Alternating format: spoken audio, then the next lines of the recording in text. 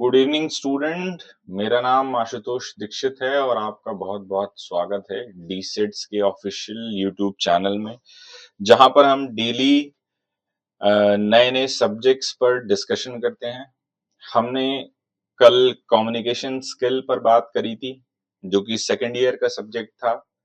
आज वही सब्जेक्ट्स को जब हम अपग्रेड कर देते हैं थर्ड ईयर में, तो वही सब्जेक्ट हमारा काम आता है बिजनेस कम्युनिकेशन में।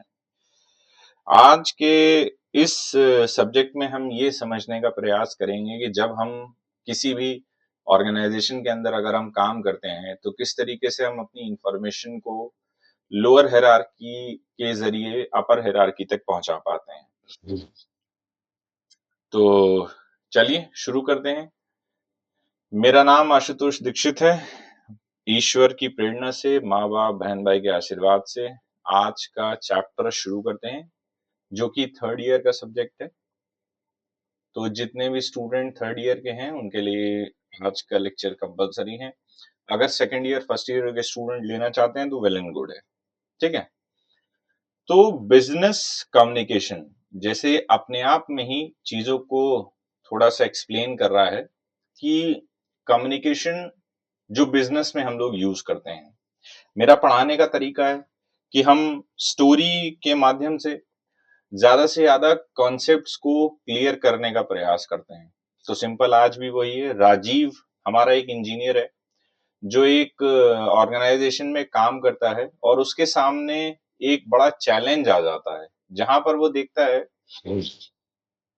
कि जब वो अपनी ऑर्गेनाइजेशन के साथ काम करता है तो वो एक ब्रिज को टूटा हुआ देखता है और उसके मन में बड़ी दुविधा आ जाती है कि मैं इस इंफॉर्मेशन, अब जो ब्रिज है वो इस ऐसी जगह पर बना हुआ है जहां पर काफी रश रहता है पब्लिक का, और वो चाहता है जल्दी से जल्दी अगर इसकी इंफॉर्मेशन ऊपर हायरार्की अपर मैनेजमेंट तक पहुंच जाएगी तो वो तेजी से एक्शन लेंगे, और जिसके कारण जो वहां के आसपास के लोग हैं उन्हें ज्यादा तकलीफ नहीं होगी ट्रांसपोर्टेशन में।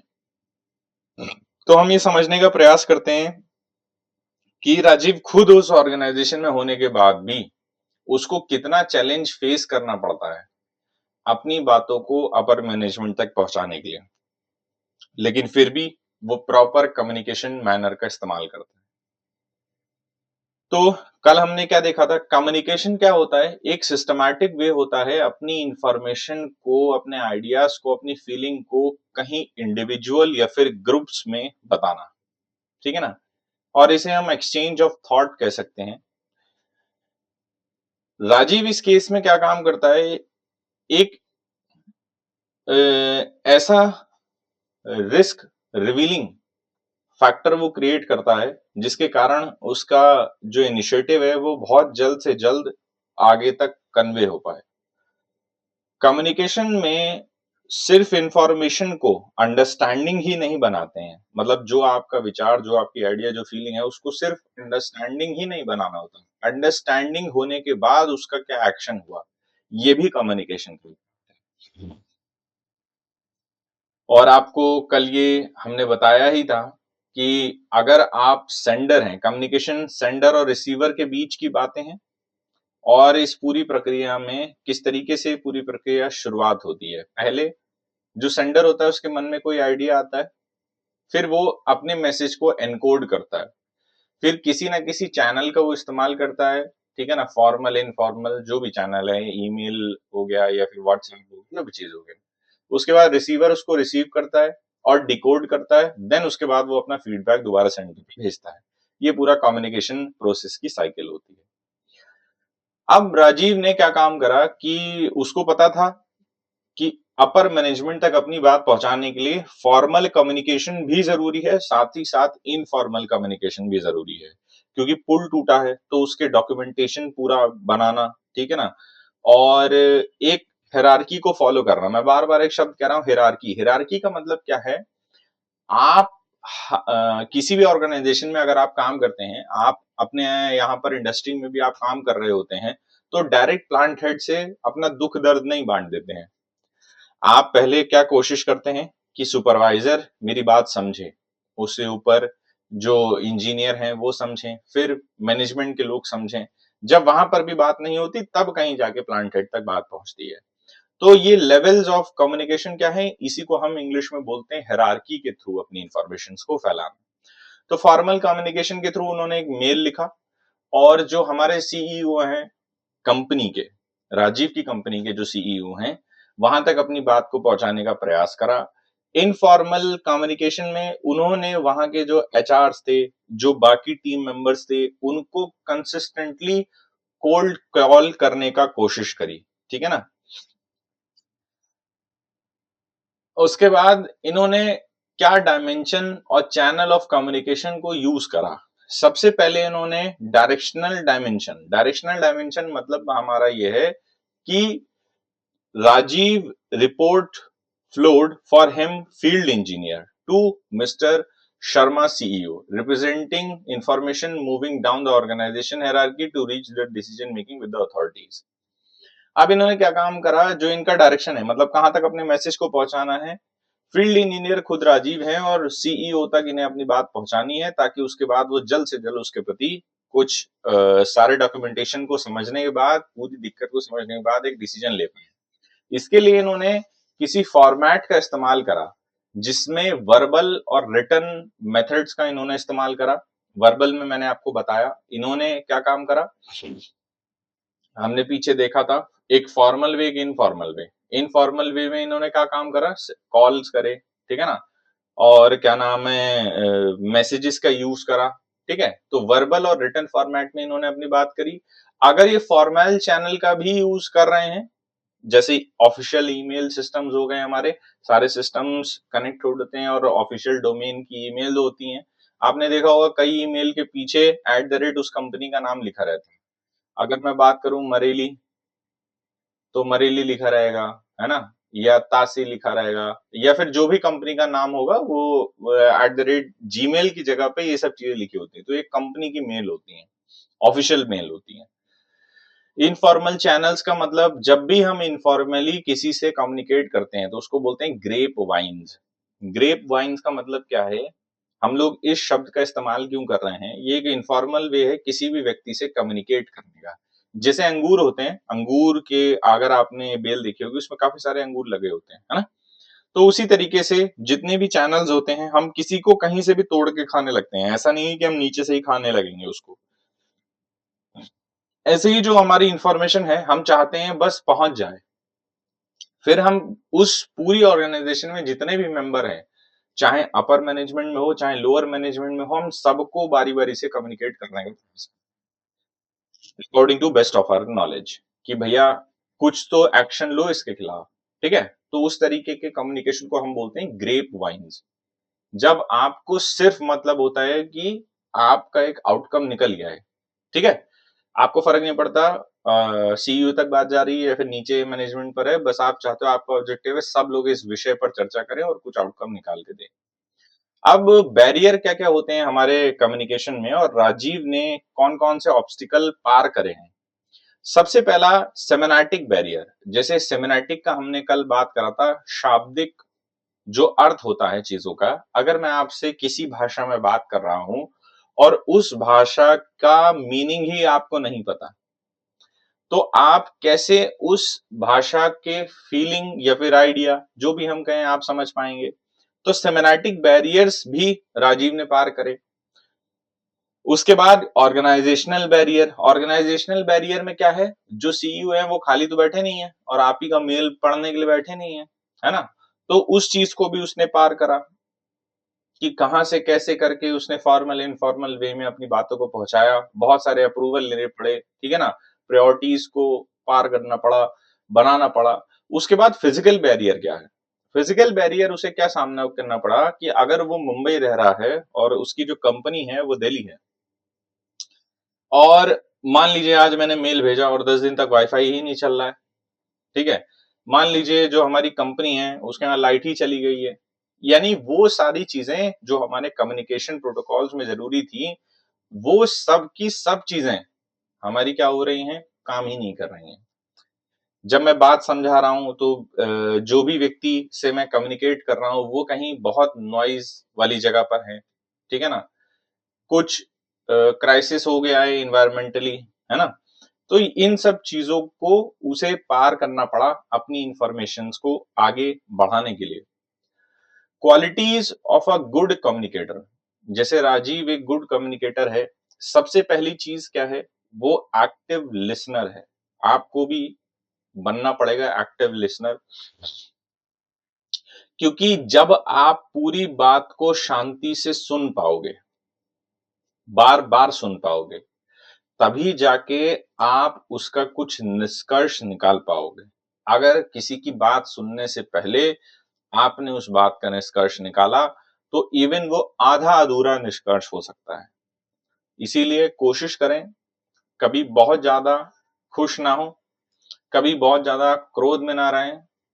आपका माइंड हमेशा कॉन्शियस होना चाहिए दूसरे की बात सुनने समझने के लिए। एक क्लैरिटी होनी चाहिए आपकी बात कहने में भी, ठीक है ना, और दूसरे की बात आपको सुनने में भी, ठीक है। कॉन्शियसनेस होना चाहिए, चेतना और चेतन तरीके से आपको सुनना है, एक जगह पे बैठकर जहां भी आप हैं, है ना, बिना किसी डिस्टरबेंस के। एम्पैथी क्या चीज होती है और राजीव एम्पैथेटिक क्यों है? एम्पैथेटिक का मतलब ये है कि वो अपने अपर मैनेजमेंट के पर्सन्स को बहुत अच्छा समझता है, यानी उनकी फीलिंग्स की कदर भी करता है, और वो जानता है कि उनके कहने से पहले वो क्या चीजें मांग सकते हैं।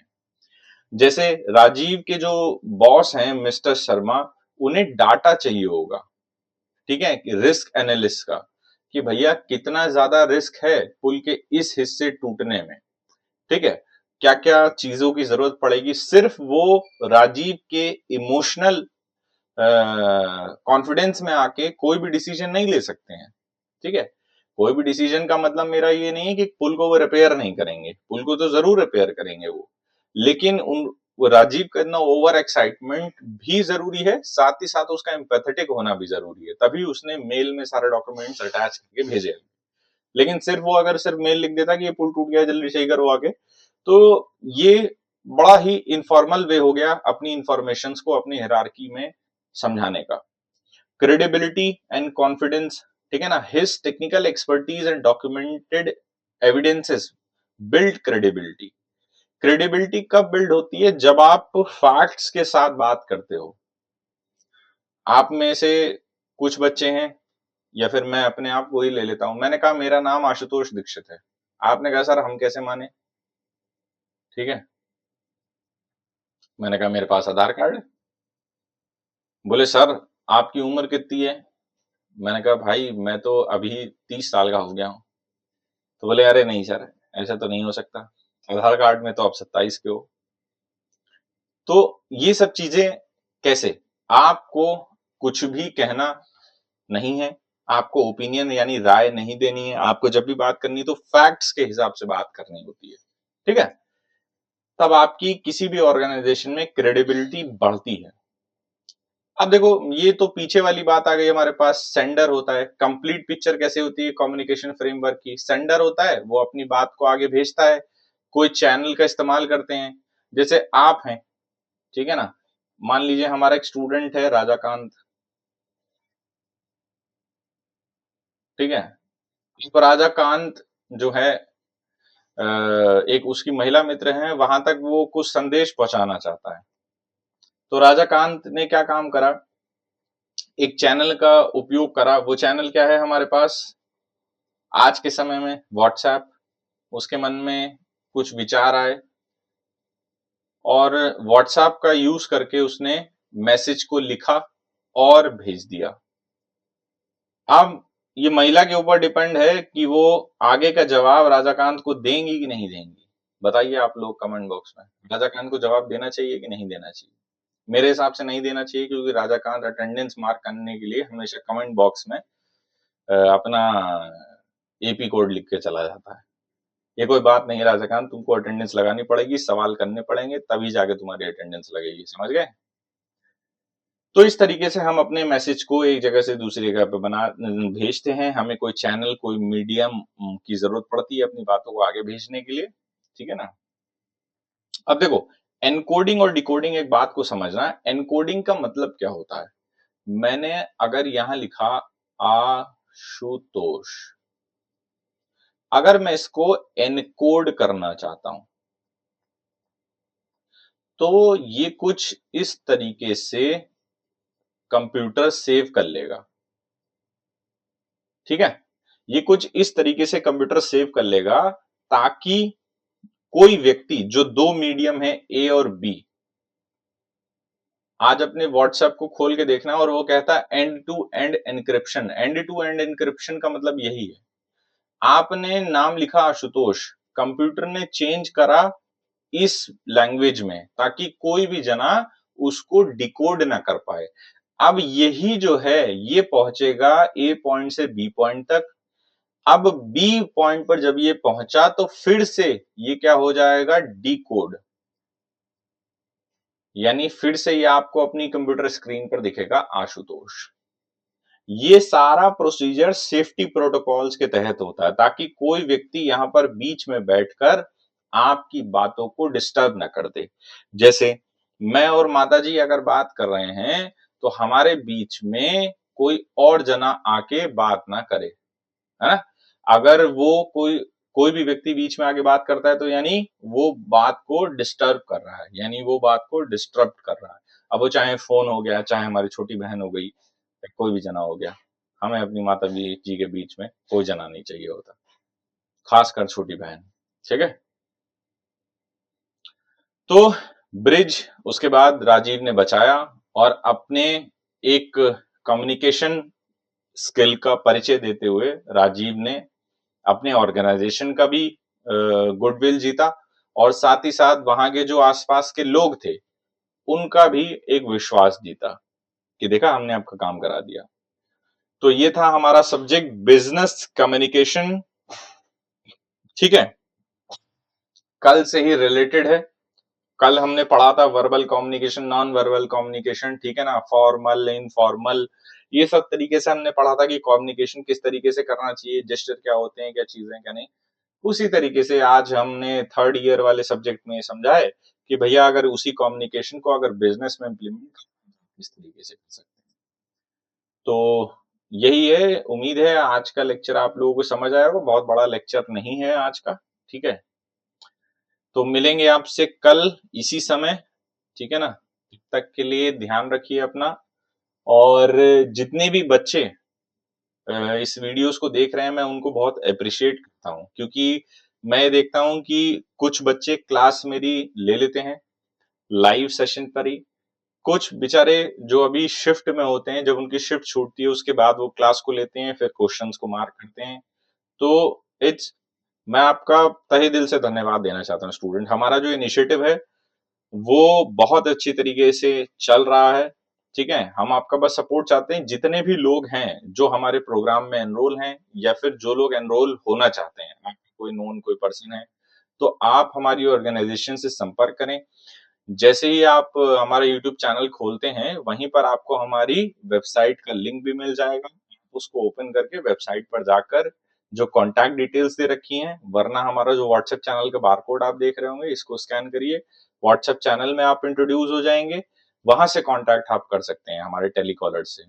तो जो भी जना इस वीडियो को देख रहा है, अगर वो इंटरेस्टेड है वोकेशनल प्रोग्राम्स में, तो वो आके हमारे साथ जुड़े, हमारे परिवार का सदस्य बने और आगे अपने फ्यूचर को बहुत अच्छी तरीके से ग्रो करें। चलिए, ध्यान रखिए अपना, मैं यही बोलूंगा। और बस यही उम्मीद है, समझते रहो, पढ़ो कम। शिक्षा का काम ये नहीं है कि आपको जो है एक ट्रेंड लाइन बना देना, है ना। शिक्षा का काम है, जैसे डॉक्टर अंबेडकर साहब कहते हैं, जो शिक्षा है वो शेरनी का दूध है ना। तो जो पिएगा सो दहाड़ेगा। तो दहाड़ने का समय है, समझने का प्रयास करो। जितनी चीजें हैं मैं इसीलिए इन सारे टफ कॉन्सेप्ट्स को कहानी में जोड़ता हूं, क्योंकि कहानी हमें रिमेम्बर करना बहुत आसान होता है एज कंपेरिजन टू किसी भी कोर कॉन्सेप्ट को पढ़ना और फिर उसको समझना। आपको जिस चीज की भी जरूरत है आप कमेंट बॉक्स में लिख सकते हैं, हम अपनी नेक्स्ट वीडियो में कोशिश करेंगे उस आपके जो कंसर्न कमेंट है उसको ठीक करने का, ठीक है ना? जो भी आपकी इन्फॉर्मेशन है उसको आगे कन्वे कर पाने का according to best of my knowledge. तब तक के लिए धन्यवाद, ध्यान रखिए अपना, take care, bye bye, good night.